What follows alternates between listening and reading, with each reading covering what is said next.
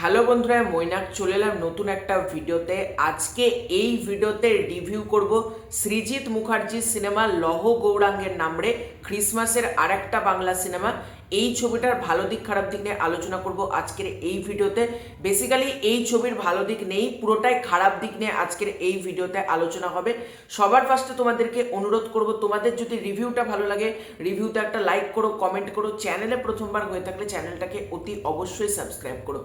এই সিনেমাতে প্রচুর স্টারকাস্ট রয়েছে, বার্ত বসু থেকে শুরু করে শুভশ্রী গাঙ্গুলি, এদিকে তোমার পার্থ ভৌমিক, তোমার দিব্যজ্যোতি দত্ত, যিশু সেনগুপ্ত সহ অনেকে রয়েছে এই ছবিতে। ঈশা সাহা, ইন্দ্রনীল সেনগুপ্ত, সুস্মিতা। কেমন লাগলো এই ছবিটা? আমাকে যদি এক লাইনে এটা রিভিউ করতে বলো, আমি বলবো ভীষণ জঘন্য ফালতু একটা ছবি হয়েছে। 2025 সালের সব থেকে যদি খাজা ছবির তালিকায় কোনো ছবিকে রাখতে হয়, আমি এই ছবিটাকে রাখবো। এই ছবিটা লিটারালি বলছি ধর্মর নাম করে ব্যবসা করা, আর কিচ্ছু না। আজকে ক্রিসমাসের সময় পরিবার মানুষ একটা ভালো ছবি দেখতে চায়, এই ছবিটা রীতিমতো টাকা নষ্ট। আজকে যখন আমি ছবিটা দেখছি, মানে একটা একটা করে আমি পয়েন্টে আসছি।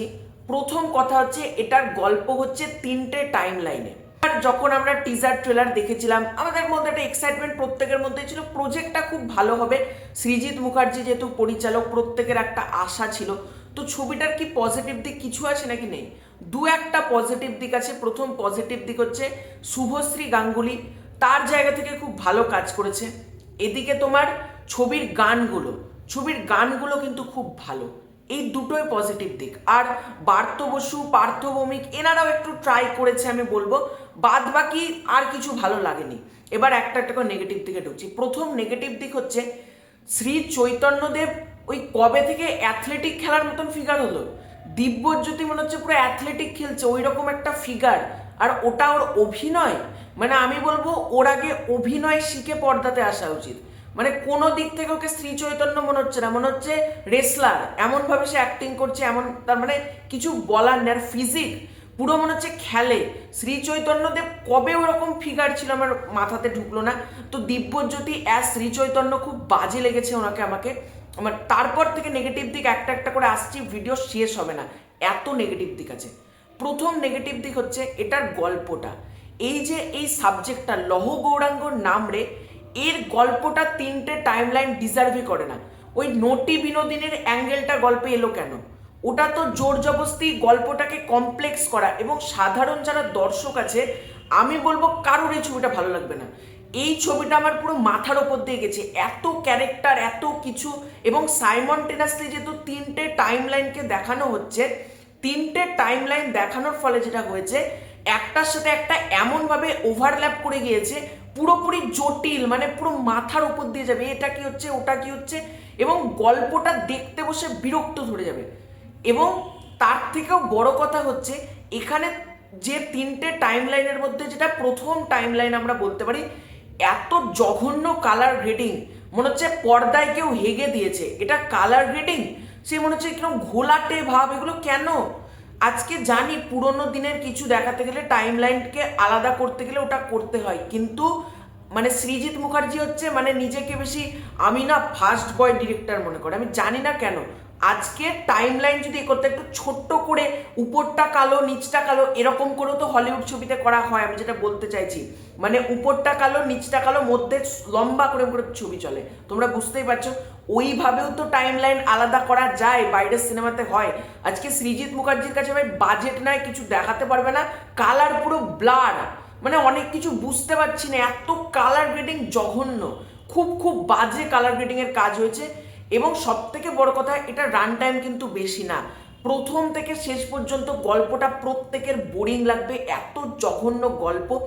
এবং ধর্মের নামে আমি ব্যবসা কেন বলছি, এই গল্পে পরকীয়া সিনস ঢুকিয়ে মানে যাচ্ছে তাই অবস্থা করে দিয়েছে এই ছবিতে।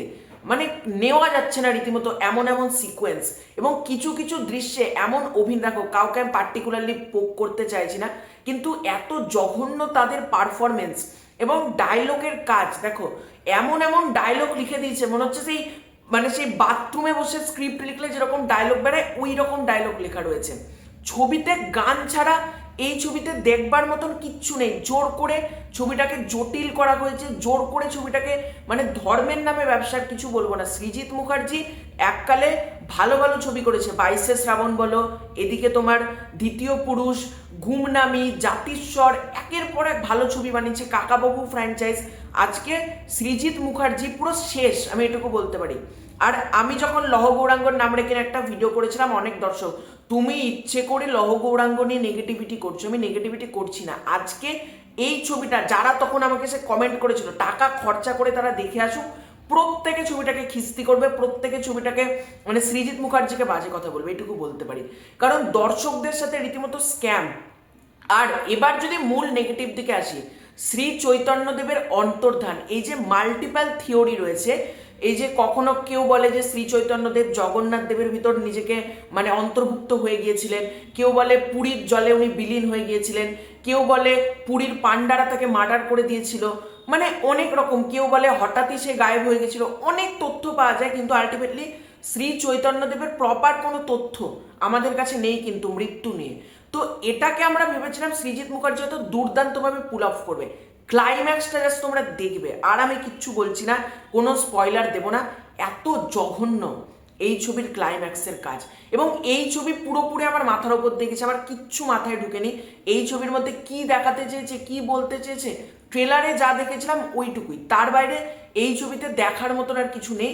এই ছবিটা আমি বলবো যদি কারোর পয়সা যদি বেশি থাকে, যদি মনে হয় না একটু ক্রিসমাস চলছে, নিউ ইয়ার আসছে, একটু টাকা পয়সা আমরা নষ্ট করব, যাও। আদারওয়াইজ টাকা পয়সা নষ্ট করার জন্য এই ছবিটা যাওয়ার আমি কোনো মানে দেখছি না। এই ছবিটা পুরোপুরি একটা ফালতু ছবি হয়েছে। 2025 সালের মোস্ট মানে গার্বেজ ছবি হচ্ছে লহ গৌরাঙ্গের নামরে। এবং ধর্ম নিয়ে কিভাবে যে ব্যবসা, আজকে সাউথে আখান্ডা 2 করছে, আমরা লাফিয়ে উঠি যে আখান্ডা 2 কেন ব্যবসা করছে ধর্ম নিয়ে। আজকে সৃজিত মুখার্জিকে নিয়ে গর্জে ওঠা উচিত যে তুমি কেন ধর্ম নিয়ে ব্যবসা করছো। এটা আমার এটাই মতামত। তো আমার এক কথায় লহ গৌরাঙ্গর নাম রেখে যদি স্টার দিতে বলো 10-এ আমি 1 দেব। তো এটাই ছিল আজকের রিভিউ। চ্যানেলে প্রথমবার হয়ে থাকলে সাবস্ক্রাইব করে দিও। খুব শীঘ্রই দেখা হচ্ছে নতুন কোনো ভিডিওতে, ততক্ষণের জন্য বাই বাই।